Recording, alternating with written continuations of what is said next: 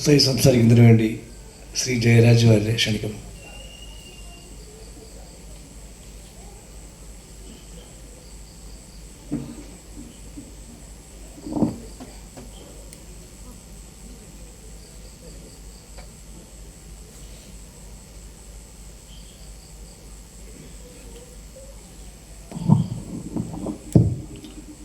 പ്രിയപ്പെട്ട അധ്യക്ഷൻ രമേഷ് കുമാർ, ഉദ്ഘാടനം ചെയ്ത ജോളി ചിറയത്ത്, എനിക്ക് ഏറ്റവും പ്രിയപ്പെട്ട കഥാകാരൻ, നോവലിസ്റ്റ്, ഞാൻ ഏറെ ഇഷ്ടപ്പെടുന്ന അശോകൻ ചെരുവിൽ, സാഹിത്യ അക്കാദമി വൈസ് പ്രസിഡന്റ്, വേദിയിലിരിക്കുന്ന നാടകപ്രവർത്തകരായിട്ടുള്ള ഗോപാലൻ, സുനിൽ സുഗത, മറ്റ് പ്രിയപ്പെട്ടവരെ, ഈ പരിപാടിയുടെ സംഘാടക നേതൃത്വമായിട്ടുള്ള ആലപ്പാട് സുരേഷ് ബാബു അടക്കമുള്ള സുഹൃത്തുക്കളെ, ഈ പരിപാടി സംഘടിപ്പിക്കുന്നതിൻ്റെ പങ്കാളിയായ ജോസ് ചെറുമൽ സ്മാരക സമിതിയുടെ സുഹൃത്തുക്കളെ, ഇവിടെ അശോകൻ ചെരുവിൽ പറഞ്ഞൊരു കാര്യം വളരെ ഇഷ്ടപ്പെട്ടു എനിക്ക്. കാരണം പ്രതിസന്ധി എന്ന് പറയുന്നത് നാടക പ്രവർത്തകരെയും കലാകാരന്മാരെയും ഒന്നും മിണ്ടിപ്പോകരുത് എന്ന രീതിയിൽ അവർക്കെതിരെ ഭരണകൂടം ചാർത്തുന്ന ചില വിലക്കുകളെക്കുറിച്ച് അദ്ദേഹം പറഞ്ഞു. അത് ഇന്നല്ല, പണ്ടേ തുടങ്ങിയതാണ്. അതിന് നമുക്ക് പറയാവുന്ന ഏറ്റവും വലിയ ഉദാഹരണമാണ് കുരിശിൻ്റെ വഴി. അന്നും ജോസ് ചെറുമലിനെയും കൂട്ടുകാരെയും മിണ്ടാതാക്കുക എന്ന് തന്നെയാണ് ഭരണകൂടം തീരുമാനിച്ചത്. അന്നത്തെ ഭരണം ആരാണ് നടത്തിയിരുന്നതെന്നും ആരുടെയായിരുന്നു പോലീസെന്നും നമുക്കെല്ലാവർക്കും അറിയാം. ജോസ് ചെറുമൽ എന്ന് പറയുന്ന, ഞാൻ ജോസ് ചെറുമൽ എന്നൊരിക്കലും പറയാൻ ഇഷ്ടപ്പെടുന്ന ആളല്ല, ഞാൻ ജോസേട്ടെന്നേ പറയുള്ളൂ. ജോസേട്ടൻ്റെ രക്തത്തിലും അദ്ദേഹത്തിൻ്റെ വായുവിലൊക്കെ ഒറ്റ ഒരു കാര്യം ഉണ്ടായിരുന്ന നാടകം. നാടകത്തിന് വേണ്ടി ജനിച്ച് നാടകത്തിൽ ജീവിച്ച് നാടകത്തിൽ മരിച്ചുപോയ ഒരാളാണ് ജോസേട്ടൻ. ജോസേട്ടൻ ഒരു രാഷ്ട്രീയ പാർട്ടിയുടെയും പതാക പിടിച്ചയാളല്ല.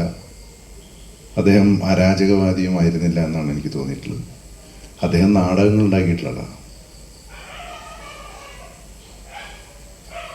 ഒരു പ്രത്യേകതരം നാടകം എന്ന് പറഞ്ഞുകൊണ്ട് ജോസ് ചെറുമലിനെ ജോസേട്ടനെ ഒരു കള്ളിയിൽ ഒതുക്കാനും സാധിക്കില്ല. അദ്ദേഹം നാടകത്തിൻ്റെ വലിയൊരു എല്ലാ തരത്തിലുള്ള നാടകങ്ങളും ചെയ്ത ആളാണ്.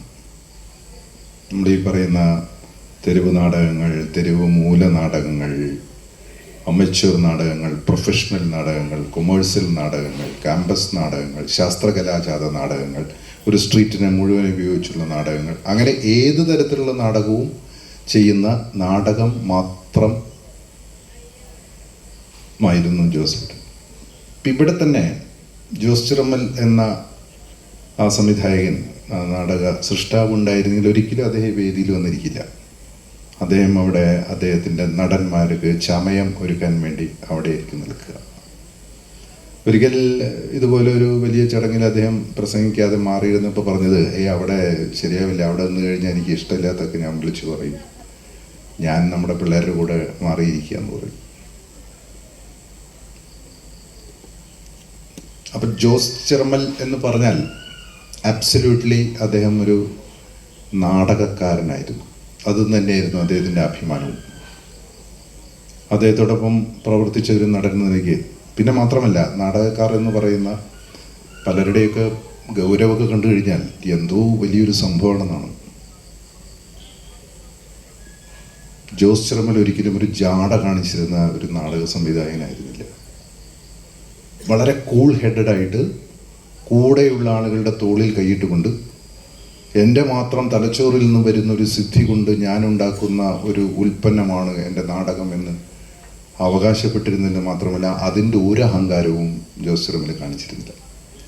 അന്ന് ജോസ് ചെറുമലിനെ എതിർത്തവരോടും അദ്ദേഹം അങ്ങനെ തന്നെയാണ് പെരുമാറിയിരുന്നു. കാരണം അദ്ദേഹത്തിൻ്റെ സിദ്ധിയെക്കുറിച്ച് നല്ല ധാരണയുണ്ടായിരുന്നു. ഇവിടെ നേരത്തെ പറഞ്ഞല്ലോ, കാട്ടൂർ എന്ന ഗ്രാമത്തിലെ മനുഷ്യന്മാരെ ജോസേട്ടനെ സംബന്ധിച്ചിടത്തോളം അദ്ദേഹത്തിന് നടന്മാരും ആവശ്യമില്ല.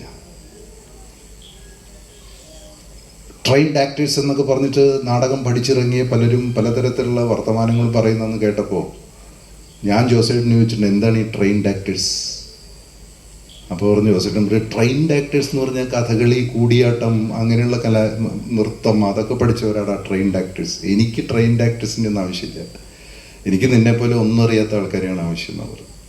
അപ്പം ഞാൻ ചോദിച്ചു, നമ്മൾ വല്ലതും ട്രെയിൻ ചെയ്യേണ്ടി വരുമോ എന്ന് ചോദിച്ചപ്പോൾ ഒന്നും ചെയ്യാല്ലേ, നിൻ്റെ കയ്യിലുള്ള എനിക്ക് നിൻ്റെ ഫിസിക്ക്, നിൻ്റെ ശബ്ദം, എനിക്കത് രണ്ടും മതി, അത് വെച്ച് ഞാൻ ചെയ്തോളാം, ഉണ്ടാക്കിയെടുക്കാം എന്നാണ് പറയുന്നത്. നാടകം ഉണ്ടാക്കിയെടുക്കാം എന്നാണ് അദ്ദേഹം പറയുന്നത്, നാടകം നമുക്ക് ചെയ്യാമെന്നാണ് പറയാം. അതാണ് കാട്ടൂരിലെ ഹെഡ് ലോഡേഴ്സിനെ പറ്റി എൻ്റെ പ്രിയപ്പെട്ട സുഹൃത്ത് പറഞ്ഞത്. ജോസ് ചിറമലിന്, ജോസേട്ടന് ഒരു നിലയ്ക്കും, പക്ഷെ ജോസേട്ടൻ്റെ കൂടെ ജോലി ചെയ്തവരെല്ലാം ജോസേട്ടൻ്റെ ശിഷ്യന്മാരായ, കേരളം മുഴുവൻ നോക്കിക്കഴിഞ്ഞാൽ എത്ര ശിഷ്യന്മാരാണ്, അവരെല്ലാവരും പിന്നീട് അവരുടെ മേഖലയിൽ വളരെ വലിയവരായി തീർന്നു എന്നതാണ് ആ ഗുരുകുലത്തിൻ്റെ പ്രത്യേകത. അതിൽ എണ്ണി പറയാൻ കഴിയുന്ന മുഖങ്ങളാണ് ഈ നാട്ടുവെളിച്ചത്തിൽ എനിക്കിവിടെ നിന്ന് കാണാൻ കഴിയുന്നു. ഞാൻ നിൽക്കുന്ന ഈ ലൈറ്റിനേക്കാൾ പ്രകാശം നിങ്ങളിരിക്കുന്ന സ്ഥലത്താണെന്ന് ഞാൻ വിശ്വസിക്കുന്നു. അതുകൊണ്ടാണ് ചിലപ്പോൾ പ്രൊസീനിയം സ്റ്റേജിൽ നിന്നും ജോസ് ചിറമൽ പുറത്തേക്ക് നാടകത്തെ കൊണ്ടുവന്നത്. അതാണ് എനിക്ക് എൻ്റെ ഗുരുവിനെ കുറിച്ച് പറയാനുള്ളത്. എന്നും ഓർക്കുന്ന, നേരത്തെ വേലൂർ സതീശൻ ഞങ്ങളുടെ സെക്രട്ടറി പറഞ്ഞല്ലോ, എന്നും ഓർക്കുന്ന ഒരു മനുഷ്യനാണ്. എൻ്റെ അച്ഛനെ ഓർക്കുന്നത് പോലെ ഞാൻ എന്നും ഓർക്കുന്ന ഒരാളാണ് ജോസ്. അതെന്തുകൊണ്ടാണെന്ന് ചോദിച്ചു കഴിഞ്ഞാൽ, എന്നെ പല കാര്യങ്ങളിലും അദ്ദേഹം എൻ്റെ ജീവിതത്തിൽ പുതിയ പുതിയ വാതിലുകൾ തുറന്നിട്ട് അദ്ദേഹമാണ്. എനിക്കെവിടെയും മുട്ടി വിളിക്കേണ്ടി വന്നിട്ടില്ല. എന്നാൽ അദ്ദേഹം പറഞ്ഞത്, ഈ വഴിയിലൂടെ പോയി നോക്കൂ, ഇപ്പുറത്തെ വഴിയിലൂടെ പോയി നോക്കൂ, കവിത വായിച്ചു നോക്ക്, കഥ വായിച്ചു നോക്ക്, നോവൽ വായിച്ചു നോക്ക്, നാടകങ്ങൾ വായിച്ചു നോക്ക്, അഭിനയിച്ചു നോക്ക്, സ്വയം പരിശീലിക്കുക എന്ന് പറഞ്ഞിട്ട്. പക്ഷെ ഒരിക്കലും എന്നെ ജോസേട്ടൻ അഭിനയിക്കുമ്പോൾ വഴക്ക് പറഞ്ഞിട്ടില്ല. ഞാൻ ആക്ട് ചെയ്യുന്ന സമയത്തൊക്കെ എൻ്റെ വിഡ്ഢിതരങ്ങളൊക്കെ കണ്ടിട്ട് പൊട്ടിച്ചിരിക്കുകയും, അതോടൊപ്പം തന്നെ അദ്ദേഹം അതിനെ കറക്റ്റ് ചെയ്യാണ്. കറക്റ്റ് ചെയ്യുന്നത് ഞാൻ പോലും അറിയാതെയാണ്. എന്നെ പോലെ ഒരു പാഴ്വസ്തുവിനെ, ഒരു റോവിനെ എടുത്തു കൊണ്ടുവന്നിട്ട് ഒരു സ്ഥലത്ത് നിർത്തി, ആ സ്ഥലത്ത് നിന്നുകൊണ്ട് നിനക്ക് എന്തൊക്കെ ചെയ്യാൻ കഴിയുമെന്നത് ആ ഡയലോഗിലൂടെ നീ അഭിനയിച്ച് കാണിക്കുന്നതാണ് എന്നോട് പറഞ്ഞിട്ടുള്ളത്. ഒരു ഫുൾ ലെങ്ത് ഒരു മോണോ ലോഗ് തന്നിട്ട് നിനക്ക് ചെയ്യാൻ കഴിയുന്ന രീതിയിൽ നീ ചെയ്ത് കാണിക്കുക. നീ ചെയ്ത് കാണിച്ചിട്ട് എനിക്ക് കൂടുതലായിട്ട് എന്തെങ്കിലും ചെയ്യുകയാണെങ്കിൽ ഞാൻ പറയാം എന്നാണ് പറയുന്നത്. അപ്പോൾ അതുകൊണ്ട് ഒരു ആക്ടറെ സംബന്ധിച്ചിടത്തോളം ഏറ്റവും വലിയ ആവശ്യം എന്ന് പറഞ്ഞാൽ അവൻ്റെ സ്വാതന്ത്ര്യമാണ്. ഒരിക്കലും നീ 1 2 3 4 അങ്ങോട്ട് ഇങ്ങോട്ട് 3 മറ്റേ ലൈറ്റിലേക്ക് 4 അവിടെ നിന്ന് ഇങ്ങോട്ട് തിരിഞ്ഞ് 4 സ്റ്റെപ്പ് എന്ന് പറഞ്ഞ പരിപാടി അദ്ദേഹത്തിനില്ല. ഒരിക്കലും ഒരു ഫ്രെയിമിൽ ഒരു നടനെ തളച്ചിട്ടിട്ടില്ല. ഇവിടെ നിന്നും മറ്റേ നടനെ നോക്കി സംസാരിക്കാൻ നീ ചലിക്കുന്ന സമയത്ത് നിൻ്റെ ഉള്ളിൽ വരുന്ന എന്താണോ ഒരു എക്സ്പ്രഷൻ, അതായിരിക്കും നിൻ്റെ അഭിനയമായിട്ട് ജനം കാണുക എന്ന് പറഞ്ഞു. ഞാനിപ്പോൾ ഇവിടെ നിന്ന് സുനിൽ സുഗതയുടെ അടുത്തേക്ക് നടന്നു പോകുമ്പോൾ ആ ഒരു സ്പേസിൽ, ആ ഒരു ഏരിയയിൽ നിനക്ക് എന്താണോ തോന്നുന്നത് അതാണ് ക്യാരക്ടറിനെ കുറിച്ച് പഠിപ്പിച്ചതാണ്. അപ്പോൾ എന്തുകൊണ്ടാണ് എന്നെപ്പോലുള്ള ഒരാളെ, എനിക്ക് എൻ്റെ അനുഭവം കൂടുതൽ പറയാനാണ് ഇഷ്ടം. എന്നെപ്പോലെ ഒരാളെ കാസ്റ്റ് ചെയ്യാൻ കാരണം, ഒരു മുദ്രാരാട്സം എന്ന നാടകത്തിൽ എന്നെ കാസ്റ്റ് ചെയ്യാൻ അദ്ദേഹം കണ്ടത് ജോസ് ചിറമലിൻ്റെ ഉള്ളിലുള്ള ഒരു ആക്ടറെ, അയാളുടെ ഫിസിക്കിനെ എങ്ങനെ ഉപയോഗിക്കാം, അയാളുടെ കയ്യിലുള്ള താളത്തെ എങ്ങനെ ഉപയോഗിക്കാം, അയാളുടെ ചലനങ്ങൾ എങ്ങനെ ഉപയോഗിക്കാം, അയാളുടെ മുഖത്തെ എങ്ങനെ ഉപയോഗിക്കാം എന്ന രീതിയിലാണ്. അപ്പോൾ അതുകൊണ്ട് എത്രയോ സ്വാതന്ത്ര്യത്തോടു കൂടി ഒരു നടനെ കെട്ടിയിടാതെ അഭിനയിപ്പിക്കാം എന്ന് പഠിച്ച ഗുരുകുലമാണ് ജോസേട്ടൻ. ജോസേട്ടൻ്റെ 4-10ഓളം നാടകങ്ങളിൽ ഞാൻ അഭിനയിച്ചിട്ടുണ്ട്, വളരെ വ്യത്യസ്തമായിട്ടുള്ള നാടകങ്ങൾ. അവിടെ എല്ലാം എൻജോയ് ചെയ്തിട്ട് നമ്മൾ ചെയ്യുന്നത് കണ്ടിട്ട് ഡയറക്ടർ എൻജോയ് ചെയ്യാണ്. ഡയറക്ടർ എന്ന് പറഞ്ഞു കഴിഞ്ഞാൽ എന്താ ഡയറക്ടർ എന്ന് പറഞ്ഞു കഴിഞ്ഞാൽ ഒരു 10,000 ആളുകളുടെ തലയാണ്. ഡയറക്ടർ എൻജോയ് ചെയ്തിട്ട് അങ്ങനെ ചെയ്ത് കാണിക്കുക, നീ ചെയ്ത് കുഴപ്പമില്ല, കുഴപ്പം വേറെയാണ് എന്ന് പറഞ്ഞിട്ട് നമ്മളെ പഠിപ്പിക്കുക.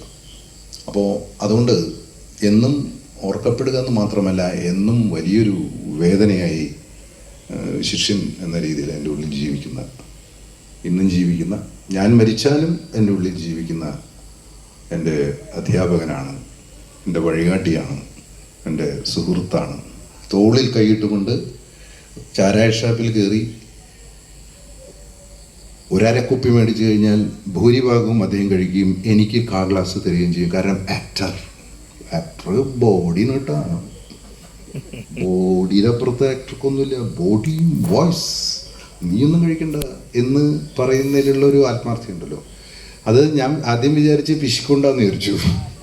അതല്ല, ആക്ടർ എന്ന് പറഞ്ഞാൽ ശ്രദ്ധിക്കണം, വേറെ പരിപാടിയാണത്. പരിപാടി പിന്നെ എന്നോട് ജോസേട്ടൻ പറഞ്ഞു ഒരു കാര്യമാണ്. നമ്മളിങ്ങനെ ആക്ടേഴ്സിനെ കുറിച്ച്, വേൾഡ് നാടക സിനിമ നടന്മാരെ കുറിച്ചൊക്കെ പറയുമ്പോൾ ജോസേട്ടൻ എന്നോട് പറഞ്ഞൊരു വാക്ക് എന്താ വെച്ചാൽ, ഞാനൊരു നടനായിരുന്നെങ്കിലുണ്ടല്ലോ ഞാൻ ലോകം കീഴടങ്ങിയടാ എന്ന്. പക്ഷേ അദ്ദേഹം ഗംഭീര ആക്ടറാന്ന് പറയാൻ കാരണം ഞങ്ങൾ 40 നടന്മാരെ അഭിനയത്തിൻ്റെ അതിൽ ട്രെയിൻഡ് ആക്ടർ എന്ന് പറഞ്ഞാൽ മനോജ് എന്ന് പറഞ്ഞാൽ കലാമണ്ഡലത്തിൽ പഠിച്ച അദ്ദേഹം മാത്രമേ ഉള്ളൂ. നന്ദകിഷോർ എന്ന് പറഞ്ഞ നടൻ ട്രെയിൻഡ് ആക്ടറല്ല. CR രാജനും ഞാനും ജയചന്ദ്രനും നമ്മളൊക്കെ എന്ത് ട്രെയിൻഡ് ആക്ടേഴ്സ് അല്ല, ഒരാളെ ട്രെയിൻഡ് ആക്ടറുള്ളൂ. അദ്ദേഹത്തിൻ്റെ അത്തരത്തിൽ ഏതൊക്കെ തരത്തിൽ സൂര്യവേട്ട, അവിടെ രമാദേവി ബാലേന്ദ്രൻ ചേട്ടനൊക്കെ ഇരിക്കുന്നു. സൂര്യവേട്ടനും പരമേശ്വരൻ എന്ന് പറഞ്ഞ നടൻ പോയിട്ട് എന്നെ വിളിച്ചിട്ട് സതീഷ് മായന്നൂരും ജോസേട്ടനും രാവിലെ വീട്ടിലേക്ക് ചായ കുടിക്കാൻ ഇറങ്ങിയപ്പോൾ എൻ്റെ അടുത്ത് വന്നിട്ട്, നിനക്കൊരു ബെസ്റ്റ് റോൾ ഉണ്ട്, അത് നിനക്ക് മാത്രമേ ചെയ്യാൻ പറ്റുള്ളൂ. അതാണ് ജോസേട്ടൻ്റെ പ്രത്യേകത. സുരേഷ്, രാജഗുരു എന്ന് പറഞ്ഞാൽ ഞാനങ്ങോട്ട് കയറി ചെയ്യാണ്, എന്നോടൊന്നും പറഞ്ഞു തന്നിട്ടില്ല. വേറെ ചിലരൊക്കെ അവിടെ ചൂണ്ടിയെടുത്തു, ഇവൻ എന്തായി കാണിക്കണമെന്ന് ചോദിച്ചു. ജോസേട്ടൻ പറഞ്ഞു, അവൻ ചെയ്തോട്ടെ, ഡിസൈൻ എൻ്റെ കയ്യിലല്ലേ, അവൻ ചെയ്തോട്ടെ, ഡിസൈൻ എൻ്റെ കയ്യിലല്ലെന്ന് പറഞ്ഞു കഴിഞ്ഞാൽ അദ്ദേഹം ഉണ്ടാക്കിയ ഡ്രമാറ്റിക് ആയിട്ടുള്ള ആ നാടകത്തിൻ്റെ ഡിസൈനിൽ നടൻ ചലിക്കുന്ന, അദ്ദേഹത്തിൻ്റെ ആശയങ്ങളെ എക്സിക്യൂട്ട് ചെയ്യുന്ന ഒരാൾ, അദ്ദേഹത്തിൻ്റെ ആശയങ്ങളെ എക്സിക്യൂട്ട് ചെയ്യുന്നത്. എന്നാൽ ആ നടൻ്റെ പെരുമാറ്റങ്ങളിലോ അയാളുടെ അഭിനയത്തിലോ യാതൊരു തരത്തിലും അയാൾക്ക് പരിപൂർണമായ സ്വാതന്ത്ര്യം നൽകിയിട്ടാണ് ഇതൊക്കെ ചെയ്യുന്നത്. അതുകൊണ്ട് ആക്ടേഴ്സ് സാറ്റിസ്ഫൈഡ് ആണ്. പക്ഷേ ഡിസൈൻ അദ്ദേഹത്തിൻ്റെ കയ്യിലാണ്. ആ ഡിസൈനിലൂടെയാണ് അദ്ദേഹം ആ നാടകത്തിനെ കമ്മ്യൂണിക്കേറ്റ് ചെയ്യുന്ന ഒന്നാക്കി മാറ്റുന്നത്. നിങ്ങൾ പലർക്കും അദ്ദേഹത്തിൻ്റെ പല നാടകങ്ങളും കാണാൻ കഴിഞ്ഞിട്ടില്ല എന്നത് വളരെ സങ്കടത്തോടു കൂടി ഞാൻ ഓർക്കുകയാണ്. എല്ലായ്പ്പോഴും നാടകം എന്ന കല സിനിമ പോലെയല്ല.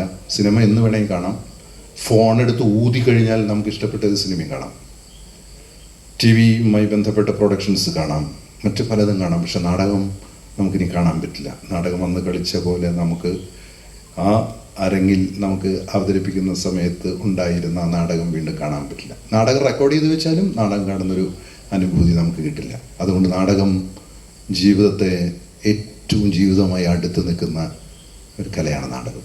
ഞാൻ നാടകത്തിൽ ഇപ്പോൾ അഭിനയിക്കാത്ത വേറൊന്നും കണ്ടല്ല. എനിക്ക് ജോസേട്ടനെ പോലെ ഒരു സംവിധായകനെ ഇനി കിട്ടില്ല എന്ന് എനിക്കറിയാം.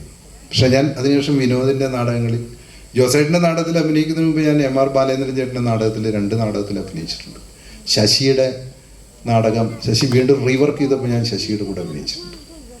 അപ്പോൾ അതുകൊണ്ട് എന്താ വെച്ചാൽ എനിക്ക് അങ്ങനെ ഒരു ഡയറക്ടറെ കൂടെ, ഒരു ടോട്ടൽ ഡയറക്ടർ, ഇവിടെ ഈ കംപ്ലീറ്റ് ആക്ടർ, കംപ്ലീറ്റ് ആർട്ടിസ്റ്റ് എന്നൊക്കെ പറയുന്ന പോലെ ആ ഒരു ടോട്ടൽ ഡയറക്ടറുടെ എവിടെയും അദ്ദേഹത്തിൻ്റെ കണ്ണുകളുണ്ട്. എന്തിനധികം പറയുന്നു, വളരെ കഷ്ടപ്പാട് പിടിച്ച നാടക റിഹേഴ്സൽ സമയത്ത് അടുക്കളയിൽ ഉണ്ടാക്കുന്നത് സാമ്പാറാണോ രസമാണോ എന്ന് പോലും അവിടെ ഇരുന്നുകൊണ്ട് അദ്ദേഹം പറയുമായിരുന്നു. അപ്പം അങ്ങനെ ഈ ജോസ് ചിറമ്മൽ നാടകകൃത്താണ്, സംവിധായകനാണ്, അദ്ദേഹം നടനാണ്, അദ്ദേഹത്തിൻ്റെ കണ്ണുകൾ എല്ലായിടത്തെത്തും. പക്ഷേ ഇതിനെല്ലാം പുറത്ത് ജോസ് ചിറമ്മലിനെ പോലെ, ജോസേട്ടനെ പോലെ ഒരു സംഘാടകനെ ഞാൻ പിന്നീട് നാടകരംഗത്ത്, അത്രയും വലിയൊരു സംഘാടകനെ, ആ സംഘാടനത്തിൽ നാടകമാണ് അദ്ദേഹത്തിൻ്റെ ആത്യന്തികമായ ലക്ഷ്യം എന്നതുകൊണ്ട് ഏതൊരാളെ കൂട്ടുപിടിക്കാനും അദ്ദേഹത്തിന് മടിയുണ്ടായിരുന്നില്ല. തൻ്റെ സൃഷ്ടി പുറത്തു വരുന്നതിന് വേണ്ടി ഏത് തരത്തിലുള്ള ആളുകളെയും അദ്ദേഹം സുഹൃത്തുക്കളാക്കുമായിരുന്നു.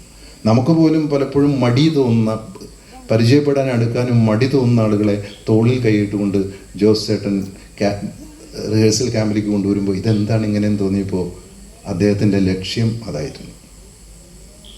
അപ്പം അങ്ങനെ വളരെ ലക്ഷ്യബോധത്തോടു കൂടി പ്രവർത്തിച്ച ജോസ് ചിറമ്മലിനെ അദ്ദേഹത്തിൻ്റെ എല്ലാ എനർജിയും ഊറ്റിയെടുത്തുകൊണ്ട് നമ്മളീ പറയുന്ന കേരളത്തിലെ പലരും ഉപയോഗിച്ച് വേണ്ട രീതിയിൽ അദ്ദേഹത്തിന് ഒരു പ്രാധാന്യം കൊടുക്കാതെ അദ്ദേഹത്തെ മാറ്റി നിർത്തി ജോസ് ചിറമൽ എന്ന മനുഷ്യനെ ഒഴിവാക്കിയത് ഇവിടെ അദ്ദേഹത്തെ പറ്റി വലിയ വാചകമടിക്കുന്ന ആളുകൾ തന്നെയാണ് എന്ന കാര്യത്തിൽ യാതൊരു സംശയമില്ല.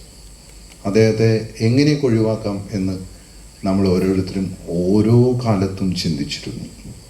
കാരണം ജോസ് ചിറമലിനെ ഉൾക്കൊള്ളാൻ നമ്മുടെ ഭരണകൂടത്തിനോ കേരളത്തിനോ അതിനുള്ള ഒരു വലിപ്പമില്ലായിരുന്നു. ഇത്രയും പറഞ്ഞുകൊണ്ട് ഞാൻ എൻ്റെ വാക്കുകൾ അവസാനിപ്പിക്കും.